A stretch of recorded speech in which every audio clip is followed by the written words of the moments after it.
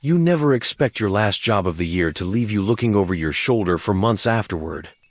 But here I am, still wondering what really happened on that icy stretch of road between Indianapolis and Saint Louis. Yesterday, December 31st, 2024. The day had started like any other. My dispatcher, Rick, called me at 6 a.m. sharp. "John," he said, "we've got one last haul before the clock strikes midnight. It's a small load, fragile, but the client's paying extra for a New Year's Eve delivery. It's got to be in St. Louis by dawn." Now, I've been a trucker for 15 years. Holiday hauls? No big deal. But something about this one felt off. The pickup was at a warehouse just outside Indianapolis.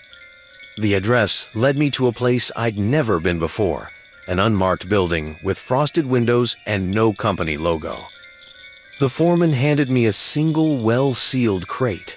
It was about the size of a small fridge, wrapped in industrial plastic. No labels, no markings except for a shipping code. In STL 31, I asked him what was inside, just out of curiosity. He gave me a tight smile and said, "Your job's to deliver, not to ask questions." Fine. I loaded up, logged my departure, and hit the road. The highway was unusually quiet for New Year's Eve. Just me, my rig, and a few scattered cars. Somewhere near Terre Haute, I noticed headlights in my mirror, bright ones. A black SUV was following me, keeping a steady distance. At first, I didn't think much of it. But 30 miles later, it was still there. Every time I switched lanes, it did too. When I pulled into a rest stop to stretch my legs, the SUV cruised past but reappeared on the road 5 minutes later. I tried not to dwell on it. Maybe I was imagining things. Around 8 p.m., Rick called me. "John, change of plans," he said. "The client's insistent that you don't spend New Year's Eve alone. They've booked you an Airbnb in a town called Effingham. It's just off the I-70, about halfway to St. Louis." I grumbled, but Rick wouldn't budge. "It's already paid for. Go get some rest," he said. Effingham's a small town in Illinois.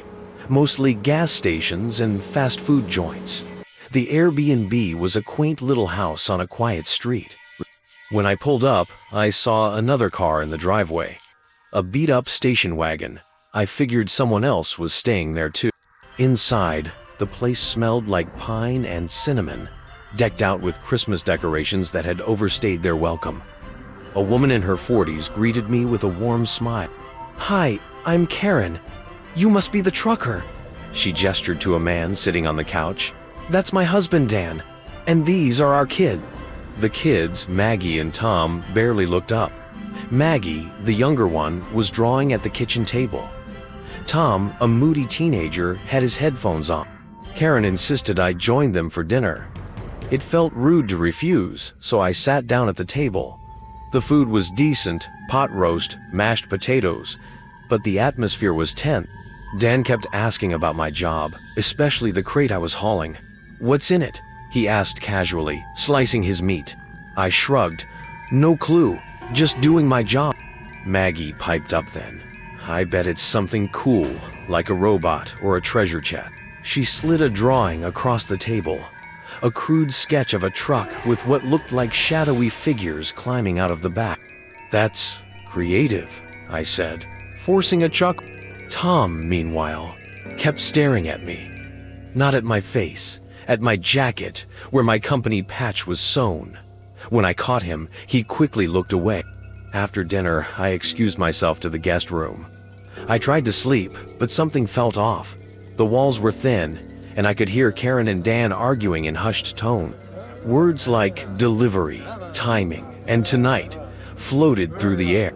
Just before midnight, I heard footsteps outside. I peeked through the blinds and saw Tom near my truck, flashlight in hand. I threw on my boots and stormed outside. "What the hell are you doing?" I barked. Tom froze, stammering something about just looking. I didn't buy it. "Get back inside," I growled. He scurried off without another word. I checked the truck. The cargo doors were still locked, but the padlock looked tampered with. Back inside, Karen was waiting in the hallway. "Tom's just curious," she said, her tone too sweet. "Teenagers, you know." I didn't respond. I locked my room door that night. At 3 a.m., I decided to leave. Something wasn't right with that family, and I wasn't sticking around to find out what.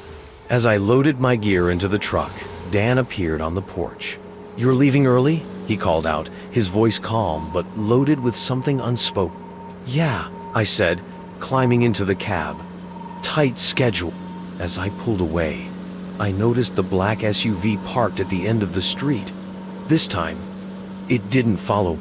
By 6 a.m., I reached the delivery point, a nondescript warehouse in Saint Louis. A man in a suit met me at the dock. No small talk, just a clipboard and a nod. After the crate was unloaded, I asked him, "Hey, what's in there anyway?" He looked at me like I'd asked the dumbest question in the world. "You're not paid to know," he said. Before I could press further, he handed me an envelope, my bonus. Driving back home, I couldn't shake the feeling that something big had just passed me by. The family in Effingham, the SUV, the unmarked crate, they were all connected. But how? I don't know. Maybe I never will. Some people think the most dangerous part of trucking is the weather or the long hours. They're wrong. The real danger is in the things you can't see, the unanswered questions that haunt you long after the delivery's done. To all the truckers out there, stay safe. We're used to dealing with the dangers of the road, bad weather, reckless drivers, long hours. But sometimes there's something else out there. Something we can't explain. Keep your eyes open, trust your gut, and remember, the road isn't always as empty as it seems. If you've had a strange experience, something you can't quite shake, share your story in the comments.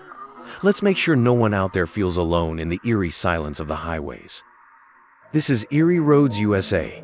Hit that like button if this story made you think twice about what's out there. Subscribe for more stories from the highways that will make you question reality. And as always, stay vigilant.